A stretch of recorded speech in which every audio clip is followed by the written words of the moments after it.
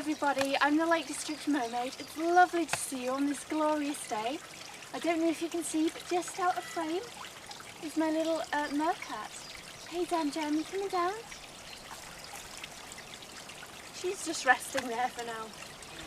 Anyway, I thought I'd do a little tail review for this Caspian Cove Finfolk Mermaid tail. It's a fabric tail. It's beautiful, as I'm sure you can see. I absolutely love the colours, they're just perfect. I did have a bit of a time wriggling into it here, and I have had some other fabric tails which are much easier to get into in tight spaces, but that doesn't always have to be an issue because a lot of people have a very even flat space to put things on, so it really depends what you want. This one probably, even though it's so beautiful in photos, wriggling into it is so hard, but having said that, I do have two tails which I can get on a lot easier, and this one just looks so beautiful that I pretty much always pick this one for the photos. Well, that's not fair, my other tail is a freshwater green tail, and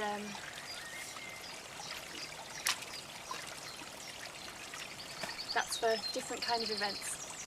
As I mentioned before, the two main points of this tail are that it has a beautiful colour scheme and design, and also that it's a bit tricky to wriggle into. So the design is perfect. The light blue is such a soft sea mermaid colour, and the purple tips bring definition so you can see it clearly underwater. The fins are beautifully placed. When they're in water, they're quite light, so they float up though and stay up like this. In a lot of shots, they're raised unless the momentum puts them in other places. This tail takes beautiful photos. As a photorealistic mermaid tail, which is what it's sold as, it's great. The tail zip can fit just inside it, and it's fine to hide in photos and not noticeable in the water, but I haven't had any face-to-face gigs in it yet. The size I got is a medium, and I think it fits perfectly. Like all tails, it looks better when you're straightened out or you're lying down.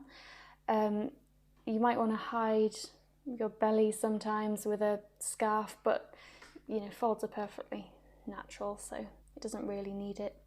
I do have long legs, and in the water a couple of times I noticed that it showed a little bit of my bikini, and I think that might be because I have quite long legs. But generally it doesn't need a wraparound or anything, and it's fine, it's good. So I didn't actually screw the screws that came with it through the vinyl which hold the monofin in place. I just put the monofin in between the two sheets of vinyl in the fluke, and that meant that my feet slipped side to side quite a lot. So I've yet to screw it in, but I've heard that that helps a lot.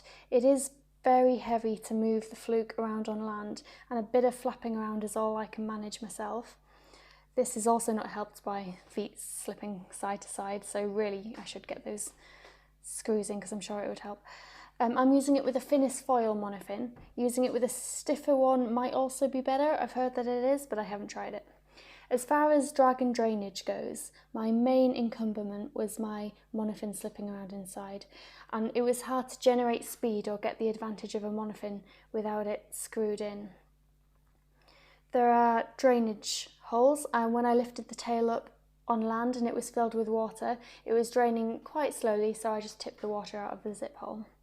I often wear my tail in streams and muddy water because I'm the Lake District Mermaid, which is a freshwater based mermaid. I don't like taking the vinyl out to dry it, but that is the best way because I don't want to tear any seams or make any weaknesses, but that is how it dries properly. I suppose you could stand it up and hair dry it, but it's better to just take it all apart, dry all the pieces, then put it back together. But I just have a general nervousness about causing any rips, but I have done it and it didn't cause any rips. That's just a fear of mine. The seams are there, but they blend well in, and the subtle colours make them hard to spot. They don't draw your eye to them, which is really good. When wearing it, you want to make sure your ankle scales are unbunched so it looks better. That's a general tip. So especially on land, if you just kind of wiggle your ankles around and straighten out with your hands, and then you'll have a much better photo with unbunched ankles. So yeah, overall it's beautiful tail. I'm really glad I purchased it. The main thing I'd say is if you're in tight spots like me, sometimes I want to climb up to a waterfall to take a picture or something, it is quite hard to wriggle into, not on a flat surface. But I'm sure for a lot of people that isn't a problem because they're just going to put them on flat surfaces, and then it is easy enough. Okay, well, that's my Caspian Cove fabric tail review. Thank you so much for listening. I might do a review of my Swamp Thing Mertailor Whimsy two-tail next, so let me know if you'd be interested in that, and subscribe if you want to. Thanks very much for listening.